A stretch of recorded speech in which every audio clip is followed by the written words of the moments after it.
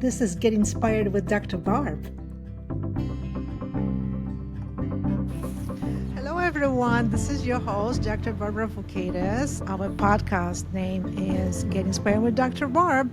And on this podcast, I interview fabulous guests. Each has something incredible to contribute in the area of innovation in education, how we can help children experience education better for them and also for us. And once in a while, I really try to even interview someone who works in the field of therapy animals and, of course, in school settings. And today, again, we have a wonderful guest who connects with us. I can't say from far away, but it doesn't feel like from far away at all with a little bit of time difference, but it works perfectly. And her name is Gal Erez, and she's a teacher. She's an educator, just like me. So we have a lot in common. And she's a language and literacy teacher, again, just like me, because I'm a literacy expert too. And also, she is a therapy dog partner. I like to use the word partner because I think it sounds better than handler, because partner really shows that we are in partnership, right? Us who have therapy dogs and our therapy dogs. And there is something that is different between Gal and myself. She has two therapy dogs.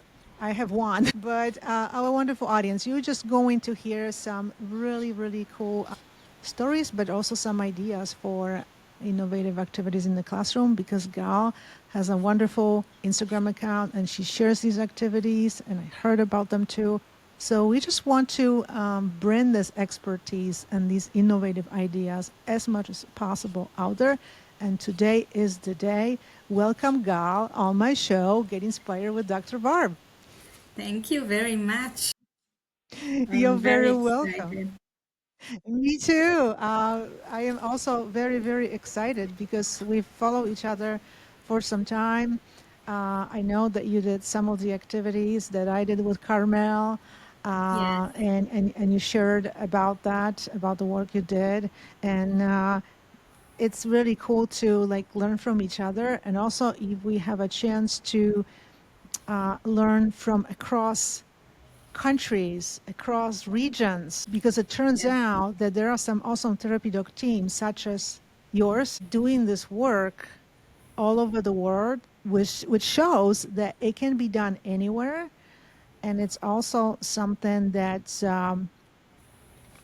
at least in the United States, schools don't even have to pay for this, because if you have therapy dogs volunteers with their owners, with their handlers. I don't know if many people know about it or not. Some might think that there is a cost involved, and maybe there is, depending how the school goes about it. But at least here in the United States, because there are quite a few therapy dog teams, volunteers, schools don't really have to pay for this. So the impact can be incredible for children, for their learning, social and emotional needs, right? All of this. right. It's just everything is impacted, and basically no payment involved. But Gal, I would like you to, if you could share a little bit with our wonderful audience. How did you start it? Like, how did it begin for you? Okay, so I would just say that, as you said, I'm teaching language in my country, and I'm also a dog trainer and a therapy dog partner. Yes. Yes, but before that, I really, really love dogs, and I really believe in the power to connect people and to heal and to teach. And in my country, there was no such thing to um, combining dogs in language education. And for me, always there was something that missing in the education. I was looking for something a little bit more natural. Yeah. And so for many years, I was looking for that. And then I believe it was in the COVID, at the time of the COVID, that I just realized that I could take all of the things that I learned and that I love, which is psychology and which is the dog training and education and language, all the things that I love, and put them all together into one meaningful way. And that time I was working in elementary school in my hometown, and I told my vision to the principal. I told her that I want to combine my two amazing dogs, Sammy and Ugo, in the teaching team, and that I want to make another teaching experience for the children. And she told me she loved the idea, and she told me, let's do it. So since then, I'm doing it in a lot of schools since then. It's been some years, and I teach unique program of I'm teaching the language, my language, and in a lot of schools, many population, many different population ages, different ages, and I teach another educators that want to combine dogs in their lessons, and it's amazing every time that I can see how my dogs make the children laugh and make the teaching and the learning so meaningful, and it's just another way of learning. It's amazing. It is. And if I ask you the question, like what the someone would gain from this episode with you today, you would probably say, I mean, understanding of how you can do something quite simple. I mean, provided that you have animals that can be incorporated in this activity, right? Because Yes. this cannot be any animal. They have to have certain disposition. Here in the United States, they have to be officially certified as a therapy dog and as a therapy animal therapy dog. But once this idea is considered for a school district, you can provide children with the simplest, most natural, and cost effective, really, really effective. I don't like the word intervention, but it could be used in that way. Intervention meaning just something that you do in order to improve something, right? Improve the results for education, for every subject they learn, and social and emotional learning, because these things are combined. We can't really Yes. separate and improve education or how they learn the subject without taking care of their social emotional needs. And I also hear from you that how you started it just really by figuring out what's missing, what you would like to do, and you just simply ask your boss, the principal, right? Yes. Can we do it, right? And when you ask, now I have this question now, your principal, the boss, the principal, did you already know that they were like open to different ideas? It's like, what made you think that the question would be answered yes? Did you? I don't think that I asked her. I just Yeah. told her my vision. I didn't know that it will come, that it will be processed to this I kind of love it because we afraid, right? Sometimes we're just afraid. What if they say this? What if they say that? It's like you are afraid of asking, you create scenarios, and the easiest thing is just to, well, what? Ask. Yes, and also when people talk about dogs and they love dogs, they find their common ideas together. And when we talk about it, and she loves dogs and me love dogs, Yeah. okay, let's do it. It sounds great. I love that because for anybody, and that's a great tip for anybody who would like to, it can be a teacher, it can be a therapy dog team looking for ways to get into a school. Just a couple days ago, someone DM'd me. They saw my posts. I don't even know how she followed me somehow on social media, on Instagram. And she says, I have a wonderful dog, Golden Doodle. We are going to library. I would like to go to school, but I don't know how you do it because for me, at that time when we started, which was 7 years ago, my child was in school. So I was known as a parent. So it was kind of simpler, right? They already knew me as a parent. But for someone who's an outsider, they don't have any connection with the school. It's not so easy, at least here in the United States, because you are as a therapy dog, you are a therapy dog partner certified, but you are still a stranger for the school, for the administration, and everybody's afraid, right, about children and their safety, and rightly so. But I think this idea of reaching out and maybe if someone knows a teacher or someone working in the school and starting by talking about dogs because I have a dog, right? This person probably has a dog too or another animal, and just talking about the animals and then sort of extending the conversation. And I And like the the ideas of power. trying. Yeah. Yes, they have so much power in dogs. And you just try, right? You just ask and you just see what happens. Sounds like a lot of things I did that way. I just tried. And then I just saw what's going to happen. That's always a good idea. And Gal, what kind of impact? You already talked a little bit about this, but what kind of impact did you see on children? Because I think that I mean we can always cite research, but I think that those stories where therapy dog handler partner witnessed all kinds of things that were happening are always super powerful. Yes. So I would just first say that I find the best way to work with, to teach with dogs in small and intimate groups. So in that way, I believe it makes the difference. So when we do that in this setting, I have like 6 or 8 kids with 1 or 2 dogs. So they must, and they have this, we have all kinds of rules. You cannot shout, you Yeah. cannot act violence because it makes the dog scared. The dog is very sensitive. So that way they must, and they want to, they love the dog. They want to act good around him. So they must solve conflicts in respectful way, in calm way. So they learn how to Mhm. do it. They must share one dog or two with 6 or 8 kids. So they must wait for their turns. They Yeah. must okay, this is all the social skills. Yeah.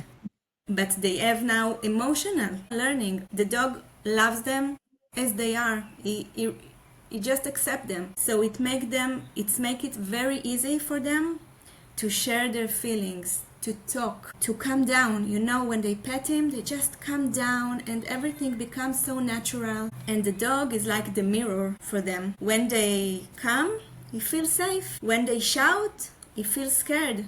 So they learn how to their behavior affects others, not just for the dog, but for their friends.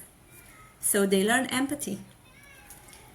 So there are so many benefits when you do that, and also for the academic part, when when they are in the small group and at the same academic level, the same reading level, so they enjoy, they have fun, and they are not bored, and they are not feel that they left behind because everyone is equal.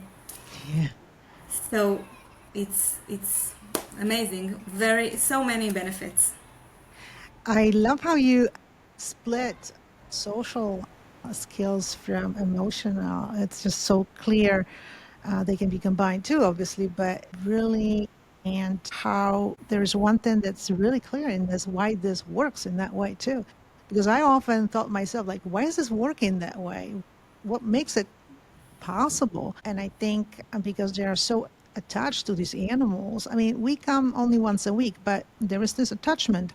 And they really want to make sure that they don't do anything that would Hurt. result in, right, in the therapy dog team not coming back, right? We're not coming back because these kids are not good and they are not treating my dog well. So we're not coming back. They know that. They don't want to do anything that would jeopardize this community and this involvement and collaboration. Yes. But through that, they will then apply how they treat the dog to how they treat the rest of the community, which means other children and teachers.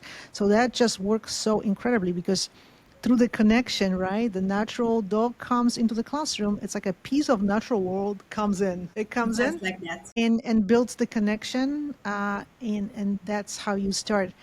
And I always think too, just like you as well, that teaching without making this connection, it's kind of a sort of I don't know, a little bit of wasted opportunity for me because I mean some kids will learn without these connection opportunities, but mostly they will not.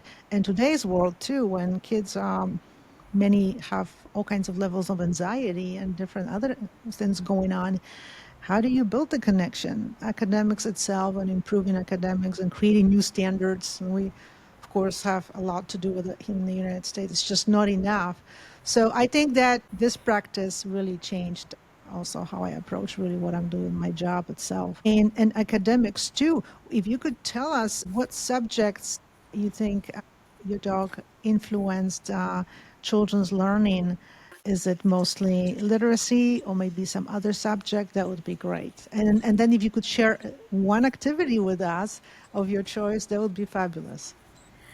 I teach only literacy, but Hmm. I believe that you can teach anything with dogs. You can teach just everything. It's not important what the subject is. So I this agree. about that. And about activity. So I will share one activity that calls my safe place.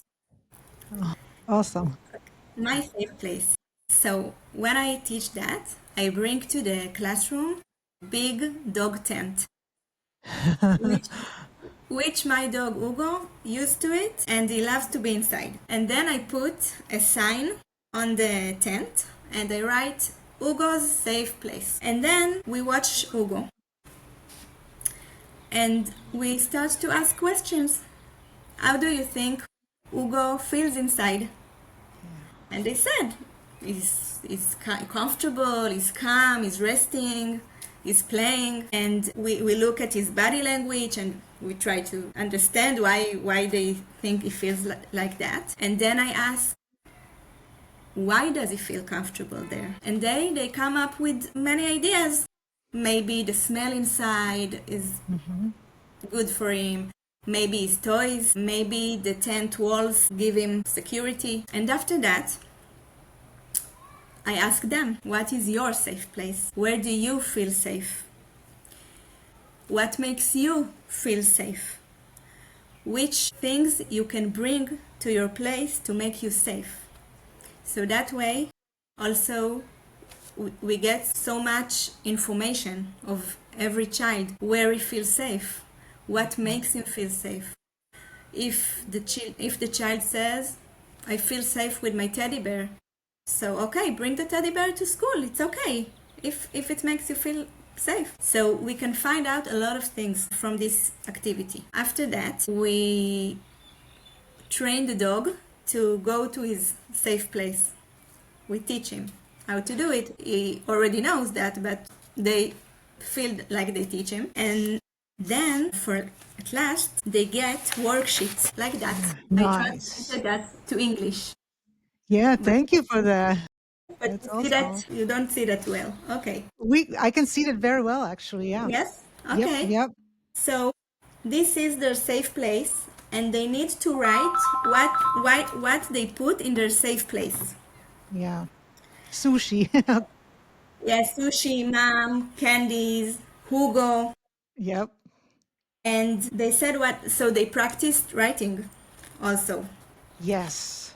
And then they just write who or what am I not letting into my safe space place. And this girl wrote that she will not get loud noises to get into her safe place. So Hmm. we can make it better for her in class Yeah. if we know that loud noises make her feel not comfortable or not safe. So this is the activity. I love it. I love it much. I love it too. I mean, there is so much packed in this activity because Yes.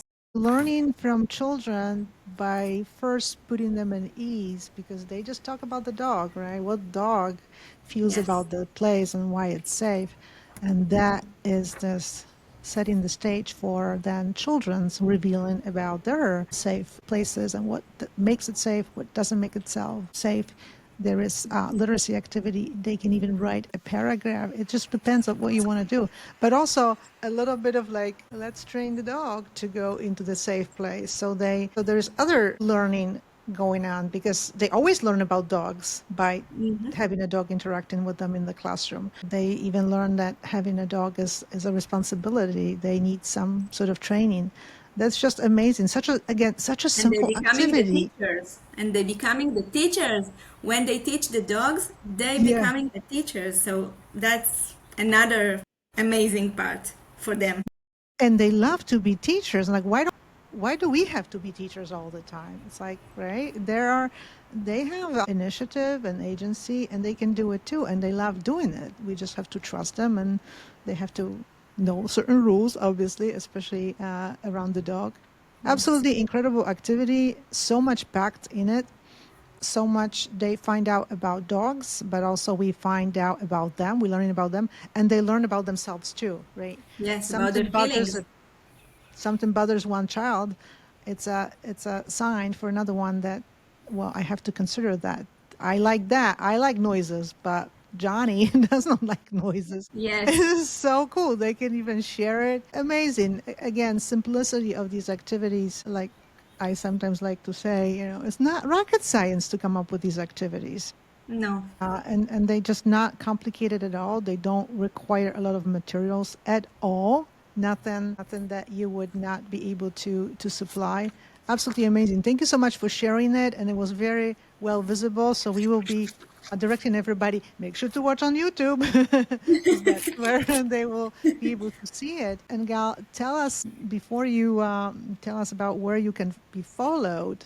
Uh, as far as our wonderful audience. Is there any kind of message you would like to express at the end? Yeah. Message? Yes, or anything you would like to say to our audience. We don't know. It can be a parent, it can be a teacher, it can be just someone who maybe has, kids in school, or maybe someone who has a dog and is thinking, yeah, maybe my dog could do this work.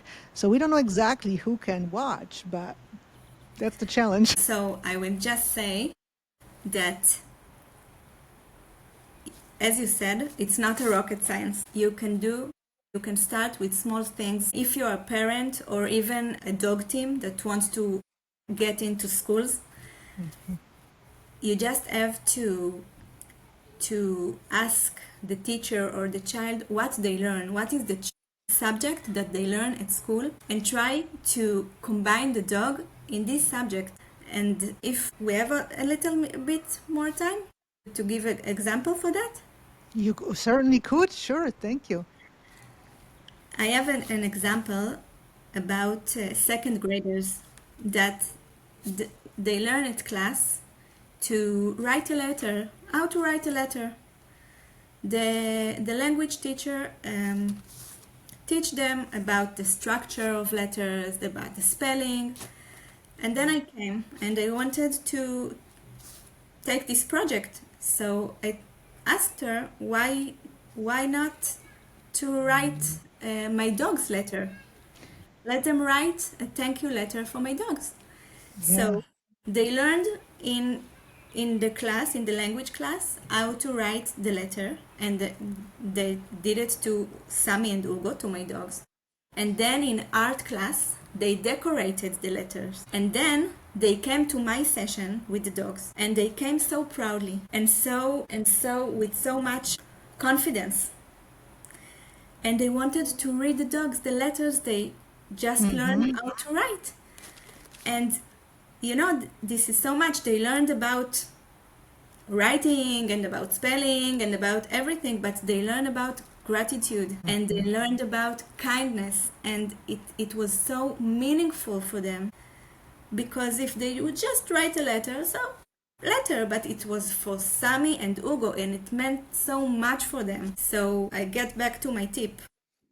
Yeah. Just try to understand what they learn and get the dogs inside of it. Just try to make anything from what they already learn. Make it meaningful. I think it's perfect. I'm trying to do it, asking for permission, and of course, having a mini plan, which means figuring out what the children are learning, subject, topic, right? And how I can try to incorporate my dog in a very simple way. But then you see the connection and what the connection, meaningful connection, as you said, what it can do for, again, all kinds of these benefits, social, emotional, and academics, building community too. So that's really incredible. Thank you so much for this. And before we part, where can audience follow you, see your wonderful activities, everything that you're sharing? I know that you are on Instagram. If you could mention that. Anywhere else too? In English, it's only on Instagram, so they can follow me on Instagram. They have everything there. Awesome. And when I write show notes, I will include the Instagram handle, the link to that. And even if something is in a different language, I know that Instagram allows to translate. So that's what I do. I just click the translate button. I can read it. Yes. That's awesome. But thank you so much for everything you're doing, contributing to building this world-size evidence that this practice can be so incredible and so needed in education. If you want to make experiences for children better in school, that is definitely, to me, a top activity we should really consider doing. So thank you so much for this wonderful episode today, Gal. Thank you for the opportunity to tell about it. My pleasure. And our wonderful audience, please do not forget to follow the show Get Inspired with Dr. Barb. Share the episode. If you could write also the review of the podcast, we would appreciate that as well. And thank you so much, and see you on social media. Bye-bye, everybody. Thank you. Bye-bye, Gal. Thank you. This is Get Inspired with Dr. Barb.